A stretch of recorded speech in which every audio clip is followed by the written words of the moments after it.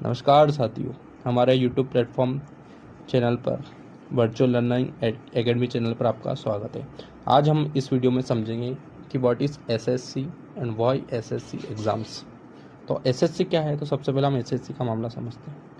SSC जो है staff selection commission, ये एक अपना सेंट्रल गवर्नमेंट का एक ऑर्गेनाइजेशन है जो विभिन्न मंत्रालय, मतलब भारत के इतने भी मंत्रालय है और विभाग है, उसमें बी और C post, group B and C post की जितनी भी वैकेंसीज है वो सारे फिलअप करवाता है। अब इसमें आपको एक क्वेश्चन आता होगा कि ए पोस्ट क्यों नहीं?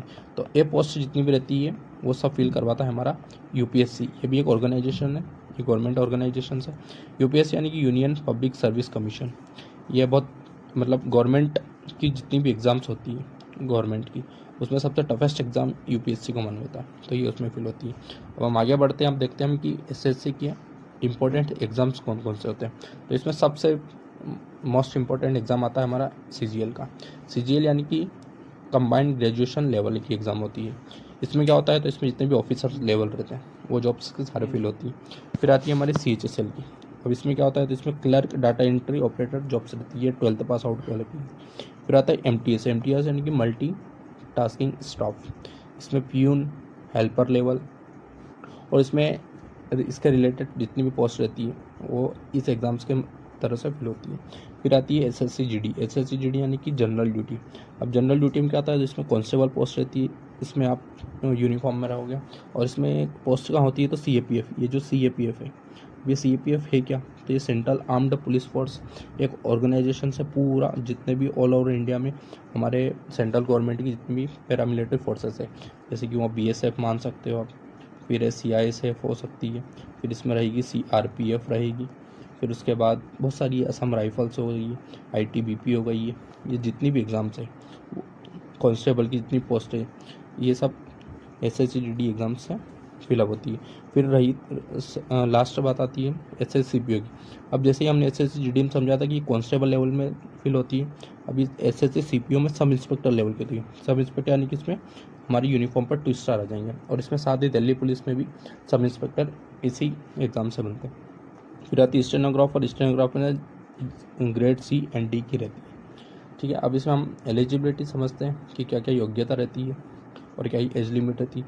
तो सबसे पहले हम एज लिमिट की बात करते हैं, तो इसमें बहुत मेल एंड फीमेल, ठीक है, मेल एंड फीमेल के लिए आप 18 से 18 साल से 27 साल की उम्र तक आप फॉर्म फिल कर सकते हैं। और इसमें कुछ पोस्ट यानी कि एज रिलेक्शन रहता है तो वो 30 साल तक भी जाता है।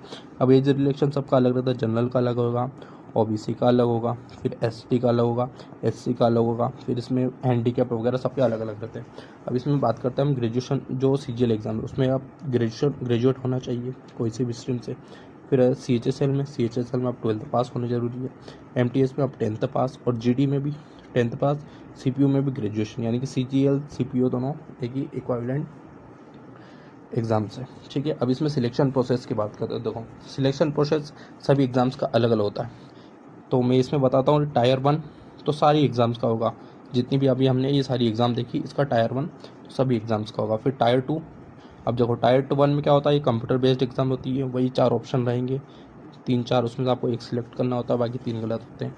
इसमें बहुत सारी एग्ज़ाम्स में नेगेटिव मार्किंग होने लग गई है।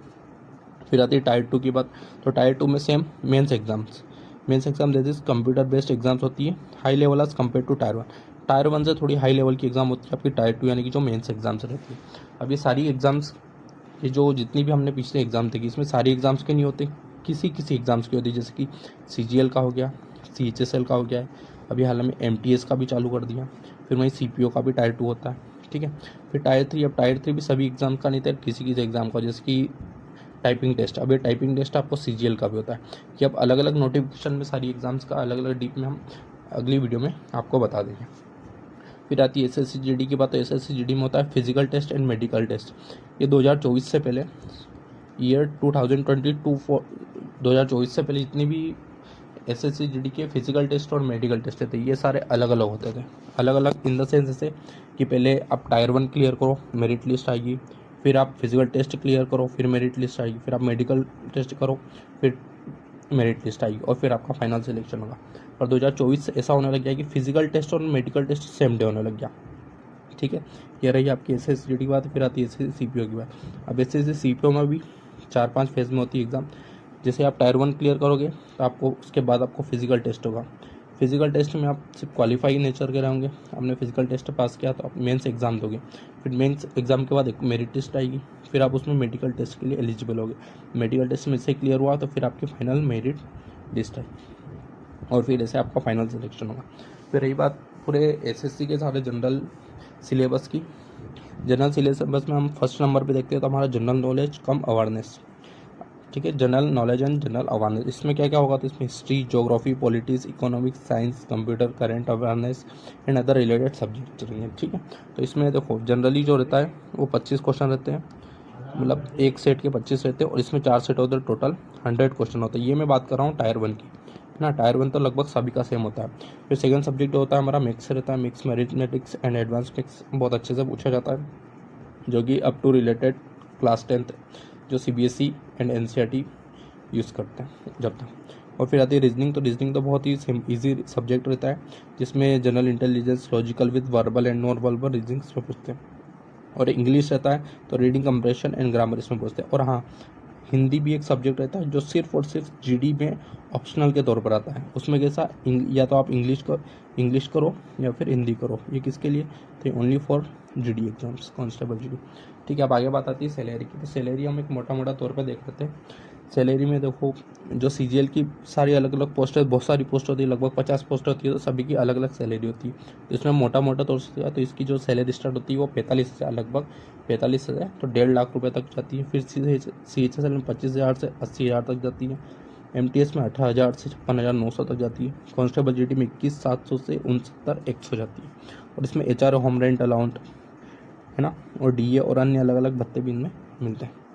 अब रही बात है कि इसके एग्जाम कैलेंडर नोटिफिकेशन की, तो इसका एग्जाम कैलेंडर एंड नोटिफिकेशन आप कहाँ से प्राप्त कर सकते हैं? ये वाली वेबसाइट है। आप जैसे गूगल पे जाओगे ssc.gov.in पे जैसे क्लिक करोगे तो एक फोल्डर निकलेगा, उसमें एक जगह लिखा होगा exam calendars and notification. Exam calendars आप देख सकते हो कि कौन सी एग्जाम्स और कौन सी होती है। और 2025 का हाल ही में कैलेंडर आउट हो चुका है जो रीशेड्यूल किया गया, ठीक है। इसमें सारी एग्ज़ाम दे दी है।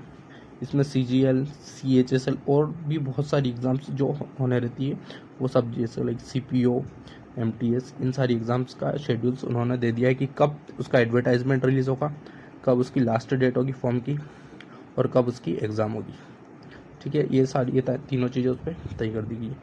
तो कैसा लगा आपको वीडियो, और कौन सी एग्ज़ाम्स के बारे में आपको डीपली टेबल चाहिए, जैसे कि CGL, CHSL, MTS, तो आप हमको कमेंट करके ज़रूर बताएं। हम उसकी वीडियो एक बहुत ही जल्द बनाकर डाल देंगे। Thank you.